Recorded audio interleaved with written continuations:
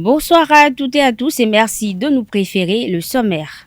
Dans le cadre du processus d'autorisation des services en ligne enclenché depuis quelques mois, une délégation de la HAC a visité les installations de ESAE TV et ESAE Radio ce 25 mars. À l'issue de cette inspection, la directrice des médias de la HAC à la HAC, Ghislaine Nimassou, a livré ses impressions.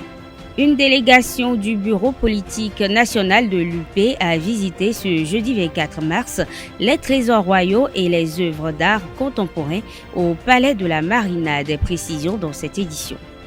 Le Bénin a affronté le Libéria ce jeudi 24 mars au mini-tournoi Antalya Cup 2022 organisé en Turquie dans le cadre des prochaines journées FIFA mars 2022. Quelques citoyens de la ville de Cotonou se prononcent sur cette rencontre.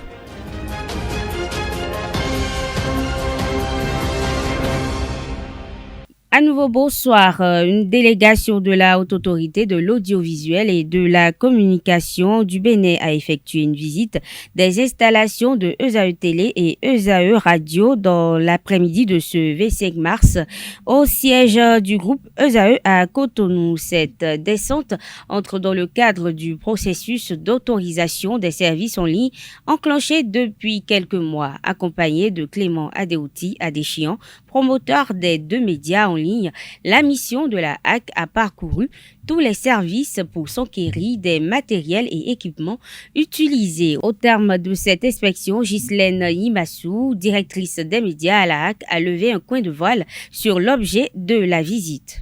Cette délégation est conduite par deux conseillers, les conseillers Ali Kamarou, président de la commission des médias du secteur privé, et le conseiller Marianne Domingo, qui est président de la commission de la législation et du contentieux, et composé du directeur de cabinet du président de la HAC qui conduit la délégation ici.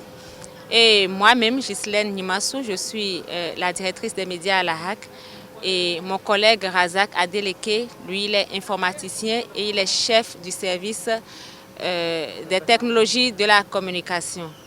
Et nous sommes à ESAE TV Radio aujourd'hui dans le cadre de la poursuite de la procédure qui doit aboutir à l'autorisation pour l'exploitation d'un site internet par ces deux organes.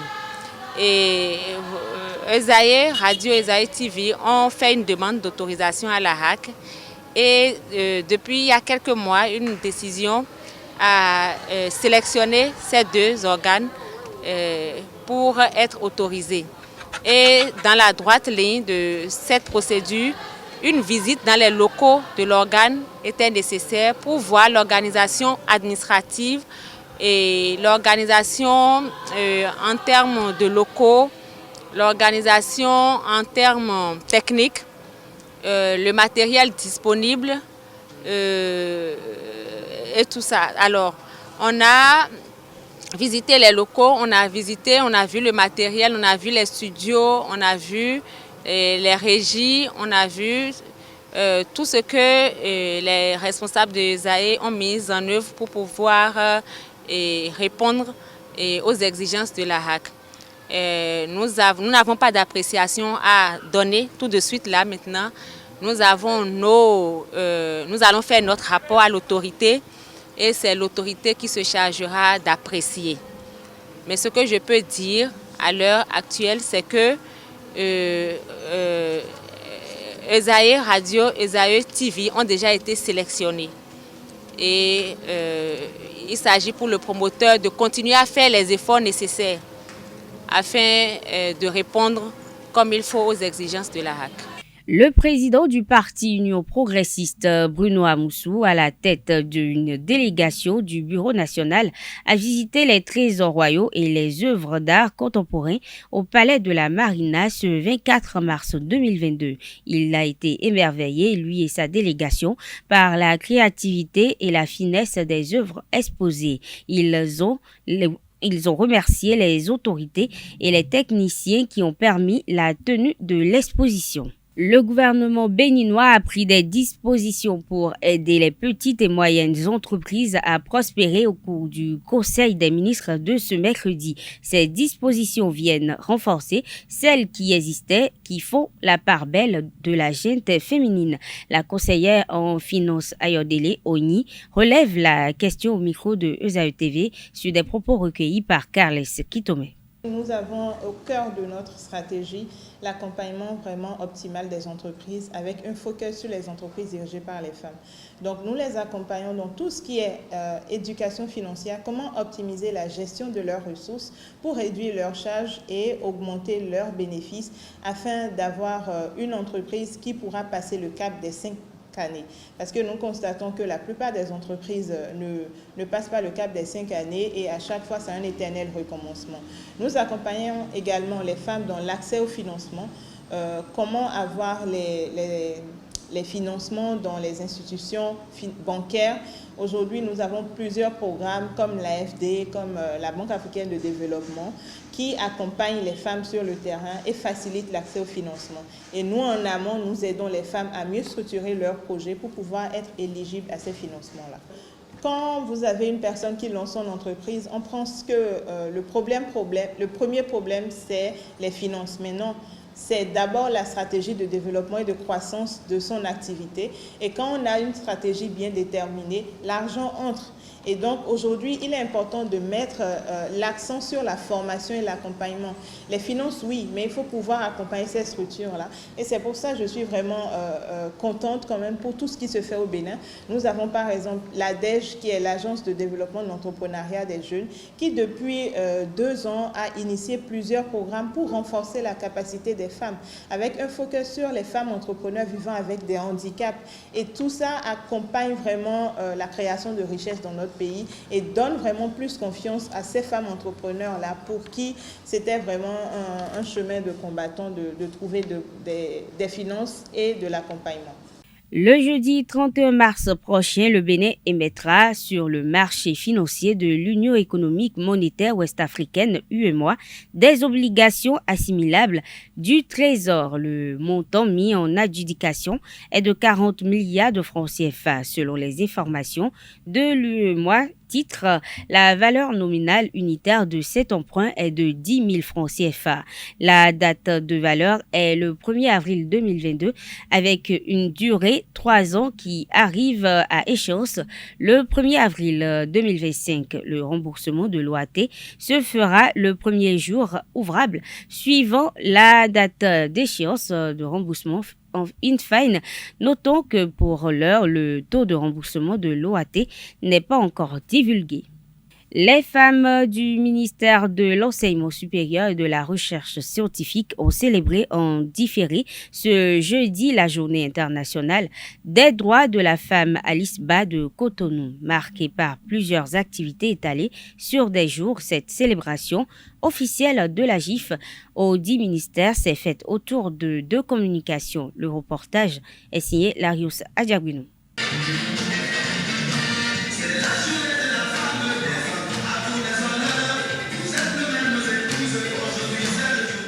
Mars, mois de la femme. Le personnel féminin du ministère de l'Enseignement supérieur et de la Recherche scientifique célèbre en différé la Journée internationale des droits de la femme, édition 2022 à l'ISBA. En célébrant cette journée, nous engageons un certain nombre de responsabilités concernant toute la communauté. Nous regardons le contexte dans lequel nous nous situons. Nous apprécions nos actions et nous dégageons des perspectives. Officialisé par les Nations Unies en 1977, le 8 mars se veut une journée de réflexion sur la lutte pour l'égalité entre hommes et femmes dans les faits, au travail comme dans le couple, dans l'espace public comme dans la sphère privée. Le but du féminisme n'est pas de rendre les femmes plus fortes. Nous le sommes déjà. L'objectif est plutôt de changer la façon qu'a le monde de percevoir notre force. Le 8 mars n'est donc pas, comme on l'entend parfois, la journée de la femme, qui sous-entendrait l'aliénation de l'homme au détriment de la femme. Elle n'est pas non plus une journée de fête. C'est plutôt un jour dédié aux revendications afin de combler les écarts inégalitaires entre l'homme et la femme. Opération de don de sang, don d'habits et de vivres au centre Siloé des aveugles de Djanglamé. L'amicale des femmes du ministère de l'Enseignement supérieur a initié plusieurs activités dans le cadre de la GIF 2022. Le clou de cette édition est deux communications sur la loi portant mesures spéciales des infractions commises à raison du sexe et de la protection de la femme et la maîtrise de l'intelligence émotionnelle comme facteur de réussite professionnelle et éducationnelle. L'autorité ministérielle a réaffirmé à cette occasion son engagement à œuvrer pour l'égalité genre dans son département avec le concours des hommes. Madame la présidente de l'amicale des femmes, chères femmes ici présentes, je voudrais en votre nom prendre cet engagement-là de faire l'équilibre social dans notre communauté. Je voudrais également en votre nom engager tous les hommes et les responsables du ministère à divers niveaux à plus de flexibilité dans l'attention qu'ils portent au travail des femmes. Parce qu'avant que la femme ne vienne au travail, c'est qu'elle a déjà travaillé 2 fois dans sa maison. Et quand elle sort du travail, c'est pour aller travailler encore 2 fois à la maison. À travers des intermèdes, les étudiants ghanéens du Centre béninois des langues étrangères ont agrémenté cette célébration officielle de la GIF.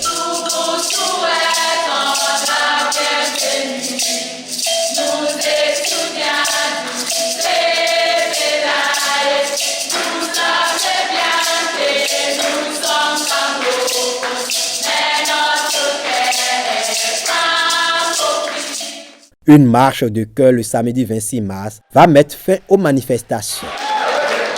Le fact-checking est l'un des sujets abordés dans le Café Média Plus de ce vendredi et Léonce Gamaï, auteur de l'étude du CDD West Africa sur l'écosystème des fake news au Bénin, a abordé les limites des fake news au Bénin. Suivez-le au micro de Farami Francis et de Amoussou Quentin. De façon spécifique au Bénin et de façon générale dans le monde, le fact-checking a ses limites. Le fact-checking a ses limites. Et l'une des limites du fact-checking, et je viens là sur la question de mon cher ami de Isaïe TV, c'est le temps qui peut s'écouler entre la propagation de l'infox et la production de l'article de déconstruction. Ça, c'est déjà une première limite. Et la deuxième limite, et qui va aussi avec cette première limite, c'est que l'article de déconstruction peut ne pas atteindre des acteurs, en tout cas peut ne pas atteindre des personnes qui ont lu l'article, qui ont lu le contenu faux. Parce que la pratique, en tout cas l'observation a montré que lorsqu'un contenu est faux, et quand ça fait tendance, ça va de façon très virale. Ça va de façon virale, tout le monde en parle et tout le reste. Mais lorsque vous faites votre article de déconstruction, à moins que ça le fait ait un intérêt vraiment majeur pour un certain nombre d'acteurs ou pour l'opinion, pour que tout le reste, c'est pas évident que ceux qui ont partagé l'infos reviennent encore partager l'article de déconstruction, que ça touche les mêmes personnes. Donc ça, c'est par exemple une limite du fact-checking. Deuxième limite du fact-checking, celui qui est pratiqué au Bénin, c'est la question de langue. Je vous ai dit tantôt que les infos circulent en ligne et hors ligne. Et hors ligne de bouche à oreille. Et quand on dit le bouche à oreille, ça veut dire que même dans nos langues nationales, les infos circulent, les gens font passer des infos. Mais le fact-checking que nous faisons actuellement au Bénin, c'est seulement en français. Donc, il ne touche que ceux qui parlent français et qui sont sur Internet, et qui sont sur les réseaux sociaux. Vous savez qu'on a un taux de pénétration de l'Internet qui est très élevé, qui fait que le nombre en tout cas la population de mobilos est très élevé. Mais dans la flopée de contenu que les gens reçoivent par jour, est-ce qu'ils pourront faire la démarcation entre un article de construction et un article? Donc, l'autre enjeu, c'est justement comment est-ce qu'on fait pour que le contenu du fact-checking, le contenu fact-checké puisse atteindre ceux qui ne sont pas sur les réseaux sociaux et qui ne parlent pas français et qui communiquent dans nos langues nationales. Et c'est même pour ça que l'une des approches suggérées, c'est d'impliquer de plus en plus les radios de proximité qui ont beaucoup de programmes en langue du terroir, donc du terroir du département couvert ou de la commune couverte, font beaucoup de programmes dans les ces localités-là, pour que ces radios puissent faire des programmes, puissent avoir des programmes de lutte contre la désinformation. Je ne dirais pas forcément des programmes de fact-checking, mais des programmes de lutte contre la désinformation.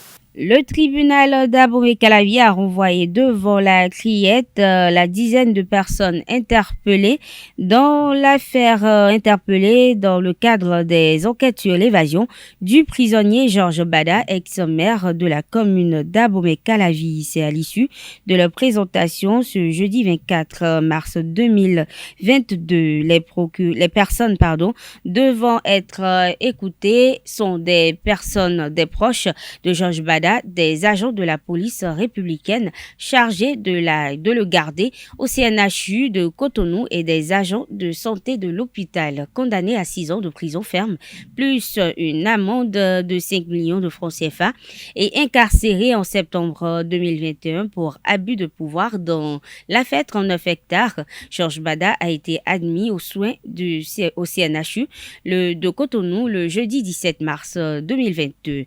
Le prisonnier s'est évadé dans la nuit du jeudi 17 au vendredi 18 mars 2022. Autre actualité dans cette édition, promouvoir les produits locaux au Bénin. C'est l'objectif que s'est fixé l'ONG Dokumiton en mettant en première ligne les hommes des médias. Selon le dîner de presse organisé dans la nuit du jeudi 24 mars 2022, l'ONG Dokumiton entend mettre tout en œuvre pour inciter les Béninois à la consommation des produits locaux et leur valorisation. Quentin Amoussou et Francis Farami y étaient. Suivez le reportage. Dokumiton, comme vous l'entendez si bien, c'est nos richesses. Dans le parterre des organisations non gouvernementales au Bénin, une nouvelle ONG vient de naître. Il s'agit de l'ONG Dokumiton. C'est avec un dîner de presse organisé dans la nuit du 24 mars que les membres ont présenté l'ONG aux hommes des médias. L'ONG Dokumiton, qui est une ONG venue pour valoriser la culture de chez nous. Cette ONG s'est donnée pour objectif le développement durable. Or, vous savez très bien que le développement durable, c'est adopté par le système des Nations Unies pour que les peuples puissent avancer, pour que les peuples puissent se développer, pour que les peuples puissent s'émanciper. Donc l'ONG a choisi de valoriser quelques objectifs des ODD. Dokumiton, c'est la promotion de l'entrepreneuriat, du consommation local et bien plus. Tels sont entre autres les objectifs de l'ONG qui prévoit déjà des actions dans ce sens. Dokumiton, c'est une ONG qui prône l'éducation de qualité. Qu'est-ce que nous mettons dans l'éducation de qualité? Aujourd'hui, le Bénin, quand on parlait de la femme béninoise, c'est quoi?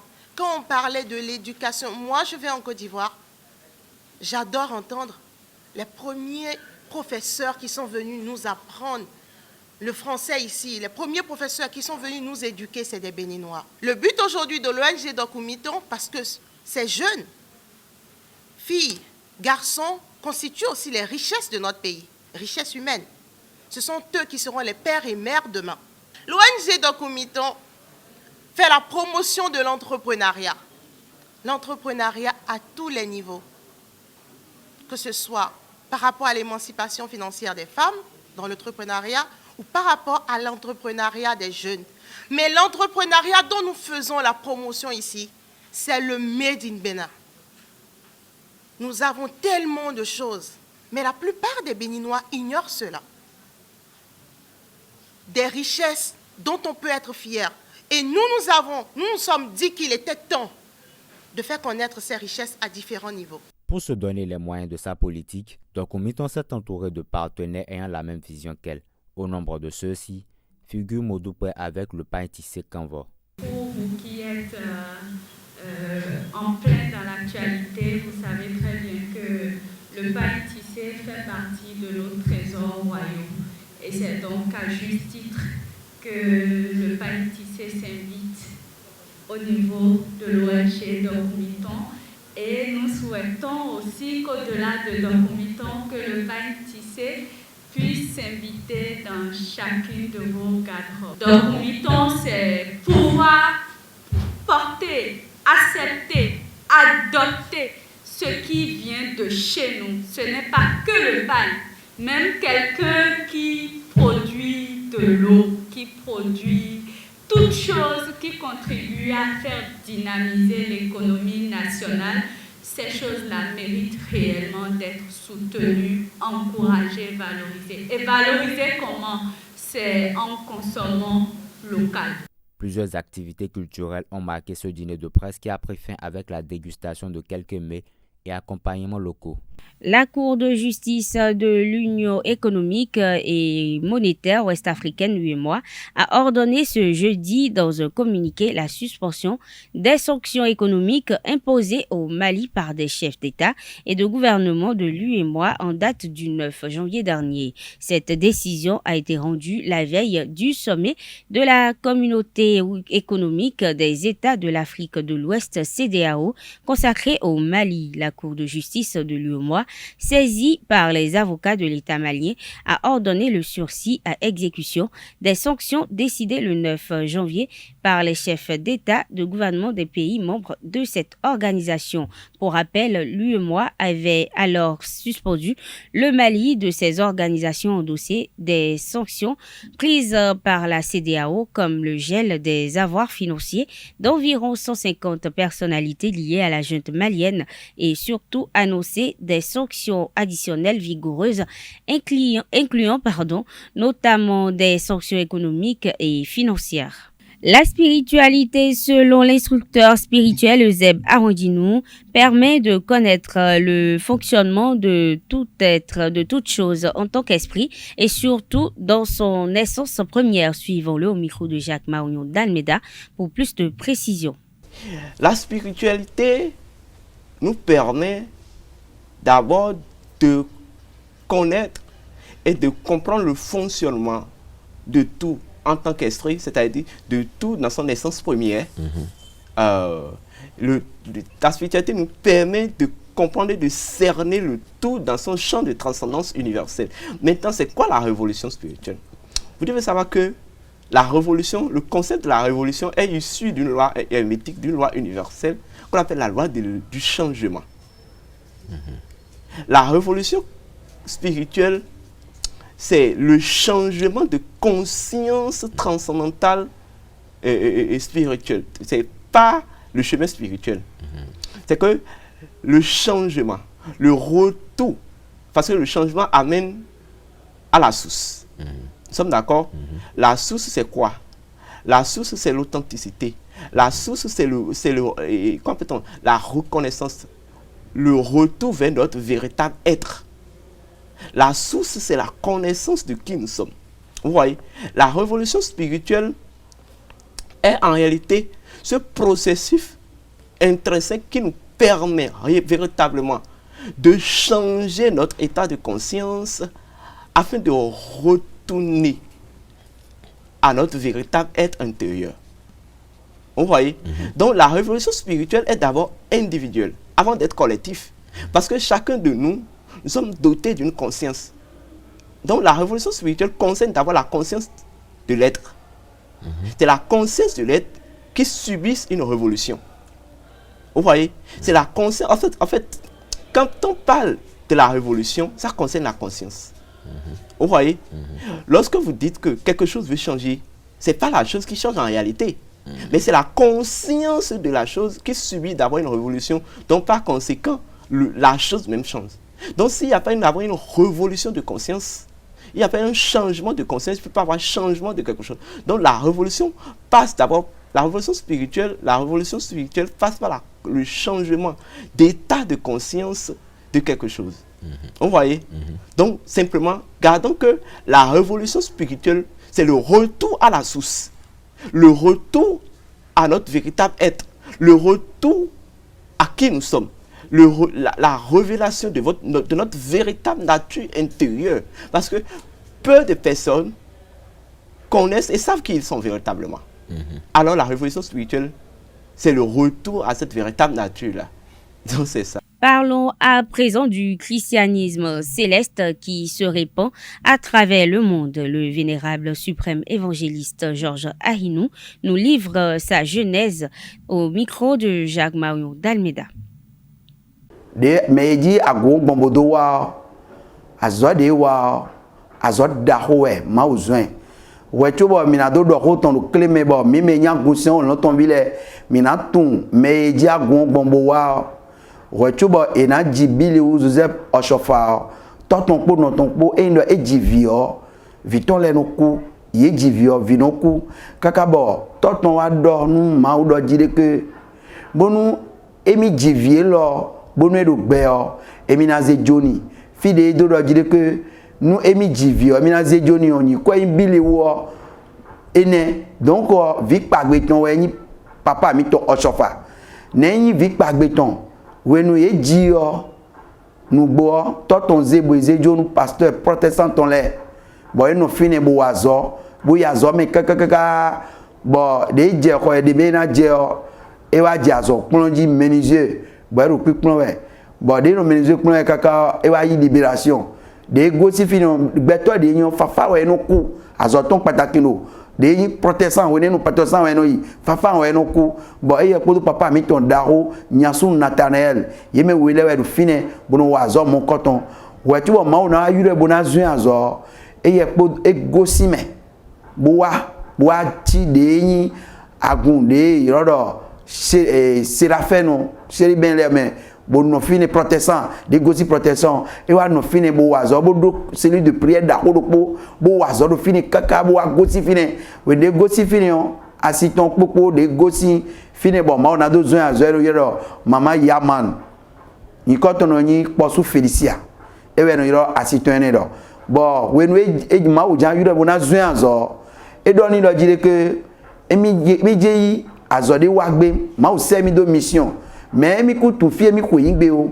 bodo de ke ni blo ni mi na ze yi we nenu o etewe je asiton blo jani bo eyi bo we nenu o eze akolo toji un bo yeze bo edo yiwe de do yiwe kakaka iwe je fide bo enote de note o e biozun kame de biozun kame bo no zun kame kakaka tande bo e wa ton de ton e wa mo nyavio e mo ro ndedo nyavio wa we be kan bi eteru wa we aji be do ko me do mi uri we bo nyavio ro eyan mi na gbo ko de ni e ri ye ko bible ton pe no ye we nenu bo e ko de ni bo nyavio si ko me o e no ti azono po e so santi ntia e so do mazel de boa bo e do eyan ni no fine mi na ibuna wa yi ton buna le ko wa nyavio eyi bo jo edo zukame fie ka je do edo région agongesi région mewede bueno yo village odo agondu pa bo de ju edo fine on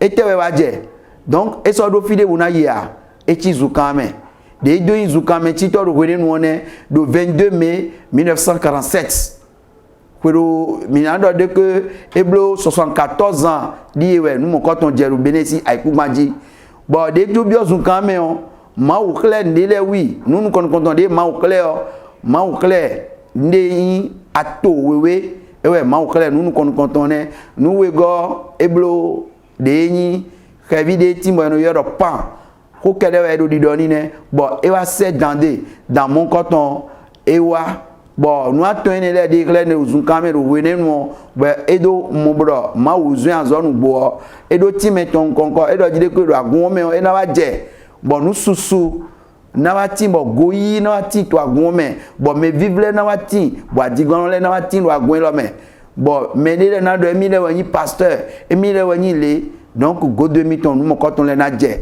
bo yi won mon coton bo dora yi nu bo egbeji on nous mon coton susu do jijewe bo mi gbon fi bu na do nu agosi on lo ton vide do me iro do papa osofa azod da hode we yin bo yezun Wende biozun kamero de 22 mai 1947 enion ewe kusale ton do jiton ba do monu aton enele de yin ato po okevi bodo odamon koton ro wenenu.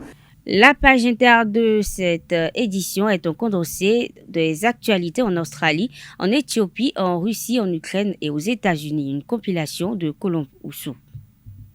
Au 30e jour de l'invasion russe en Ukraine, le président américain Joe Biden a lancé un investissement à la Chine avant de prendre le chemin vers la Pologne. Les Occidentaux se mobilisent pour réduire la dépendance de l'Europe au gaz et au pétrole russe. 4,3 millions d'enfants ukrainiens ont été déplacés et les forces russes assiègent toujours la grande ville portuaire du sud, Mariupol. Le président américain Joe Biden affirme que la Chine est consciente que son avenir économique est lié à l'Occident après avoir prévenu que Pékin pourrait regretter de soutenir la Russie dans son offensive contre l'Ukraine. Un accord entre l'UE et les États-Unis devrait être signé pour permettre aux Américains de fournir plus de gaz naturel liquéfié à l'Union européenne. Ainsi, l'Allemagne pourra se passer du charbon russe d'ici cet automne. Les rebelles de la région du Tigré en conflit depuis 17 mois avec l'armée éthiopienne se sont engagés ce vendredi à respecter un cessez-le-feu quelques heures après l'annonce par le gouvernement éthiopien d'une trêve humanitaire illimitée. Le gouvernement du Tigré s'engage à mettre en œuvre une cessation des hostilités effectives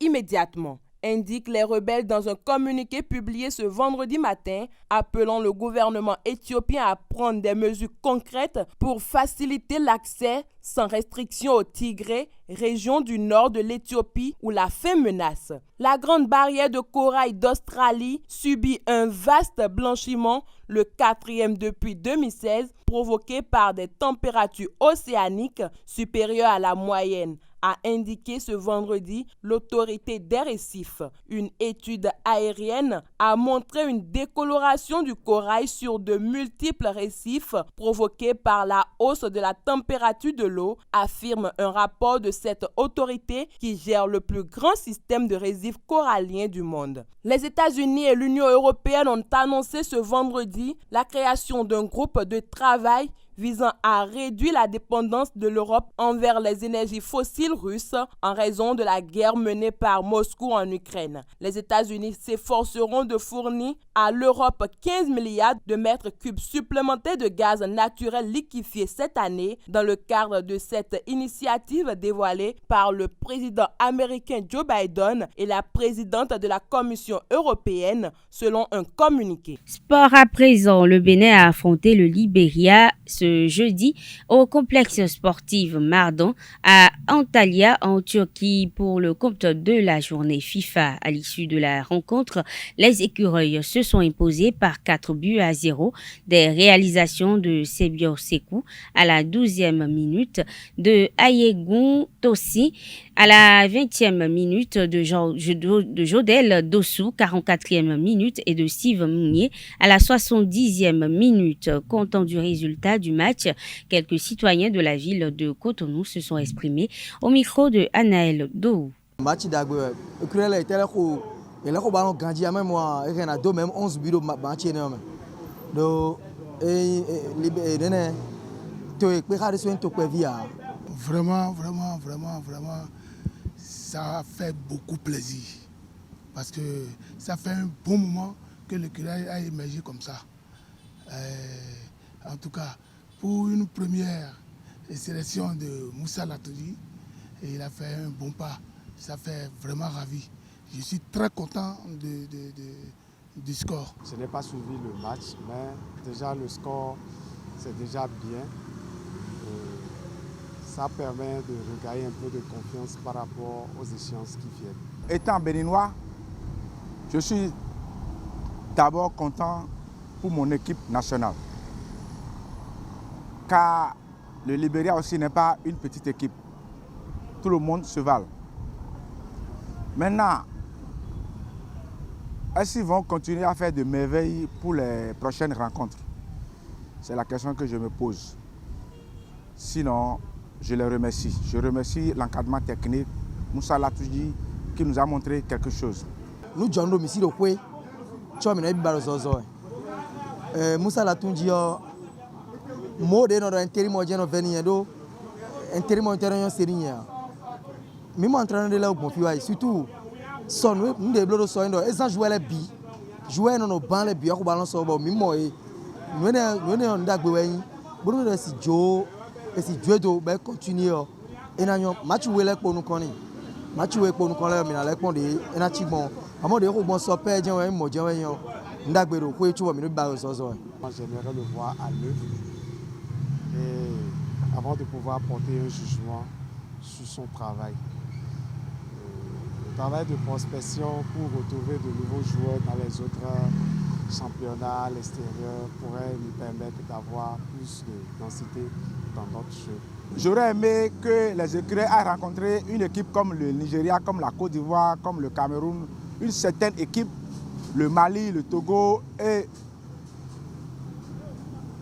je saurais quoi dire. Vous me comprenez? Parce que ce n'est pas après la rencontre du Libéria que je vais commencer par... Non, ils vont végéter dans les erreurs. Donc il faut attendre les prochaines rencontres pour savoir de quoi ils sont capables. C'est un ancien joueur international et il connaît bien le travail. Et moi, je lui fais confiance qu'avec Moussa Latonji, on va faire quelque chose. Moussa Latonji entraîneur. Il faut que vous intérim on a signé un peu Ramadan. Donc entraîneur mi-temps Moussa Latonji de Nikudo à Soton. On a gagné un match pour nous connaître. Et dans les voies, nous comptons mi-temps le ballon signal nous là. Et nous nous comptons beaucoup. Nous nous mettons autant de temps. De belles performances continuent de s'enchaîner dans les phases retour de la Ligue professionnelle de basketball. La 5e journée de la Conférence Sud a connu son épilogue le mercredi 23 mars au centre communautaire EYA de Cotonou. Suivez le récit de rencontre avec Colombe Oussou.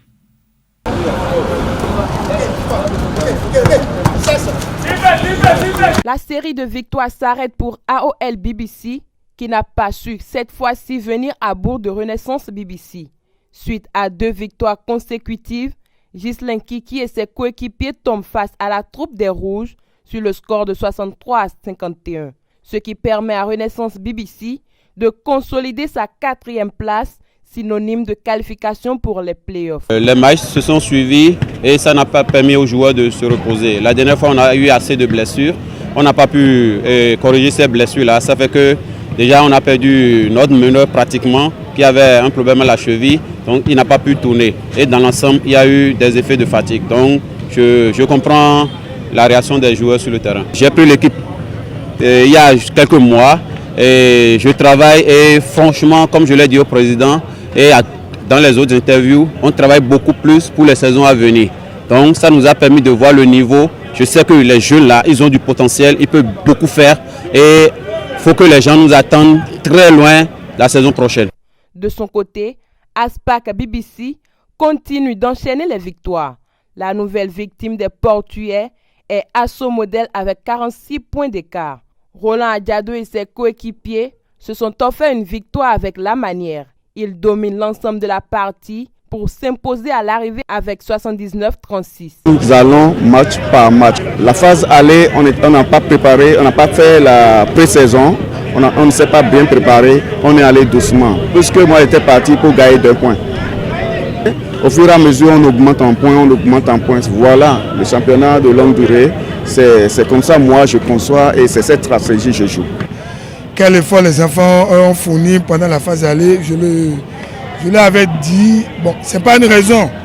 L'équipe en face s'est préparée parce qu'on a fait jeu égal en phase aller. En phase retour, ils se sont préparés pour nous affronter. Le match qu'on a perdu ce soir n'est pas trop handicap pour nous. On se prépare pour le dernier match qui va vraiment nous déterminer pour notre ticket pour le playoff. La rencontre entre les 2 premiers au classement général n'a pas connu son terme. Elan Coton domine l'ensemble de matchs et maintient son rythme pour s'emparer du premier quart-temps 19-10 avant que le jeu ne s'équilibre au 2e acte sur le score nul de 17 points partout. Le dernier carton est à l'avantage des cotonculteurs qui font preuve d'une maîtrise totale. Alors qu'ils menaient 20 à 15 avec une avancée générale de 11 points, 68 à 57 à 2 tiers de la fin du match, la rencontre est arrêtée pour un défaut d'électricité. Les regards sont tournés vers le comité d'homologation pour sa décision finale. Mesdames et messieurs, nous sommes à la fin de cette édition. Merci de votre attention. Excellente soirée à toutes et à tous et bon week-end.